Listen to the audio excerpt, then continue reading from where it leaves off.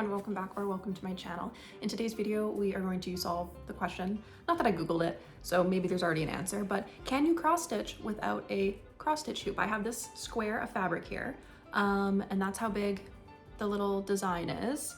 I bought this pattern online, pretty true to life for how big it's gonna actually be. And I cut out the piece of fabric before remembering that it needs to fit in a cross stitch hoop. So I have one cross stitch hoop. It's currently with another project. This is what I'm currently working on.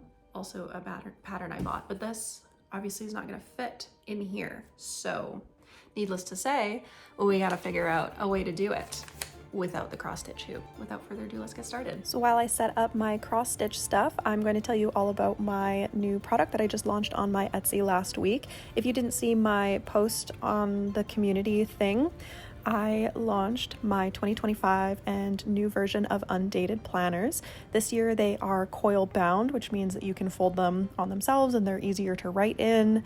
The cover design is different and all of the monthly themes are different as well. So here's a little flip through of the 2025 journal. So happy with this. And then let's compare it with the undated planner, which you can see is exactly the same. The only difference is that there are no numbers. So you can fill it in whatever days you want. You don't have to start in January, even though that's the way the planner's set up. You can start in August or December or literally any month in any year. And it's designed so that you can just write in the numbers. You don't have to worry about anything else. And here's a little flip through of January because I wanted to show you guys kind of what you get with each month. So you get a title page that I obviously am having trouble flipping, a 2-page calendar spread, habit tracker, mood tracker, a time tracker, and then a blank page where you can put whatever kind of tracker or memory thing, whatever you want on that blank page. And then you get the weekly spreads, which have enough room for you to put down events, your to-do list, whatever you want in the blank space there. And each week is a different layout, but the designs are all cohesive. And then at the end of the month, you have our little review page before you move into the next month. So if this is something that you're interested in, they are available on my Etsy, which I will link in the description and put up on the screen here. The stock is limited, but I am getting some more in the mail, but Canada Post is on strike, so we'll see how that goes. Anyways, I'm so proud of these, and thank you to everybody who has already ordered one. And let's get into the rest of this video.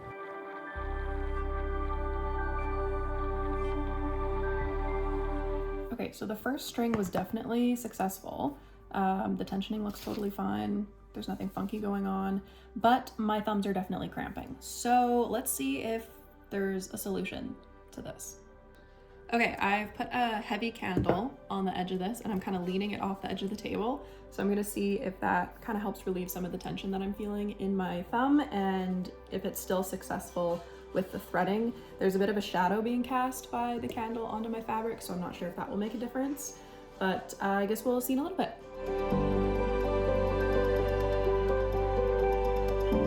Okay, that was definitely better for my left hand. I didn't have to grip the fabric like I was holding on for dear life. But I did find it a little bit more challenging to see where I was trying to put my needle. That could just be because it wasn't nearly as close to my face. Usually I sit on the couch so I can bring it like right up close into my face, and there's a bit of a spotlight with the lamp that we have. So unfortunately, there's no more of this color close enough for me to reliably count and start again. So I'm gonna switch colors and we'll just keep going. And I'm gonna try something a little bit different this time just to see if I can have, I don't know, more success. We'll see. Alrighty, I've turned on a couple other lights in the house to see if that kind of helps. And now I'm gonna set this up with the candle on top of the fabric on top of my thread box so that everything is on the table. There's a dark surface behind the fabric. And I'm going to start the thread without it underneath of the candle. So let's begin. All right, 3 stitches in and I've already got to stop. There is not enough room beneath the fabric for me to comfortably move my hand around behind it. So I'm going to readjust, add a couple extra layers to lift this up and see if that helps at all.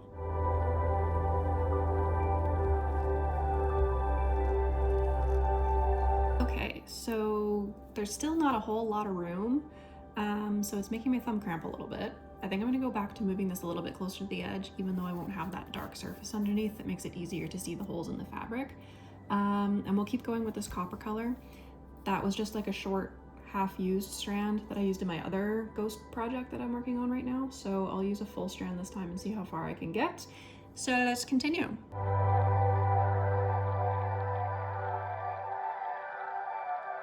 Slightly more successful, I guess, but so I have this much string left over. I don't like to leave any waste if I can. So I'm gonna go ahead and do a couple other stitches, and this time I'm going to like sit with my knees to my chest and stitch right in front of my face and see if that makes a difference. It's a little hard to film that, so I will just come back when I'm done that and tell you how it went. Just enough string to do these 6 stitches at the top, and it's definitely much easier for me to see with it that close to my face. So I'm gonna go bring you over to the couch and we'll set up over there and see if having the spotlight, if I can make it work without my hands getting too sore.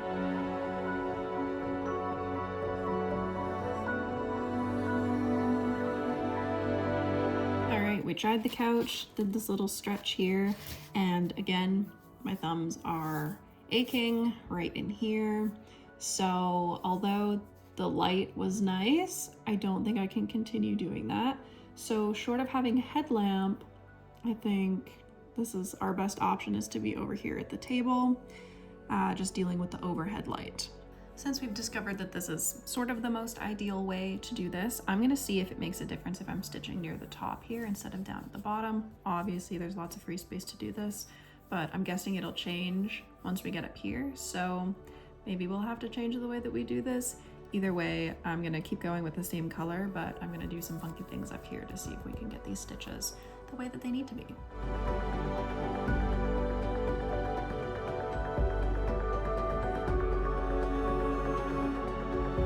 So we made it all the way up to here, and this set of orange here is the second row from the top, and I didn't really have any problems. We did start sliding away out from underneath the candle right at the very end, but because I made sure to cut extra space on the fabric, it made sure that even though, you know, we've got about an inch sitting on the table here, there is still space for me to cross stitch along the top. So I only have one more row, and there's still like literally the width of my finger until the edge of the table, so that will work out just fine.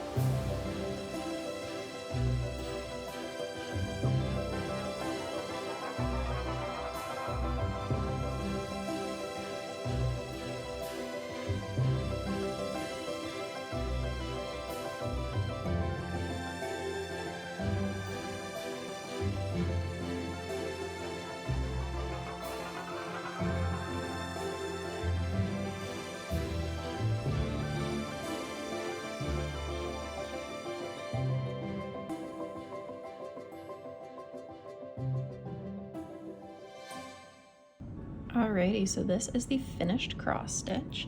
We have answered the question, can you cross stitch without a hoop? The answer is yes, although I will say that doing the back stitching was incredibly difficult without the hoop. The rest of it I was able to make do. So now the last thing for me to do is just iron it and then put it in the picture frame that I bought from Value Village, and then it'll be ready to display. So yeah, I hope you enjoyed this video of me testing all the different methods that you can use to cross stitch without a hoop. If you did enjoy this video, make sure to leave a like, comment down below, subscribe to my channel. I post new videos on Mondays, sometimes on Wednesdays. I hope you have a lovely week, and I will see you all in the next video.